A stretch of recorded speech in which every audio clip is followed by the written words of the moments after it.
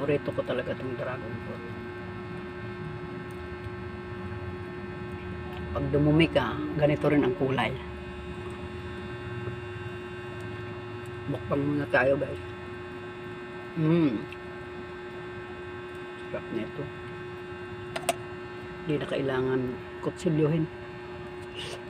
Mm. Mm.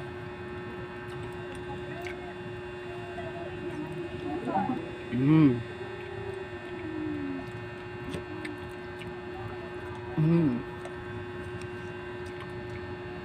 Mm. Sarap.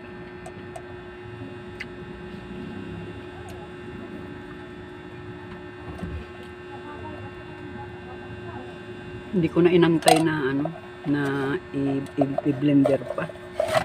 Kasi malambot naman kahit bakit mo pa i-blender. Bakit mo pa i-blender kung makakain mo naman siyang kuwan. Sarap. Thank you for watching guys.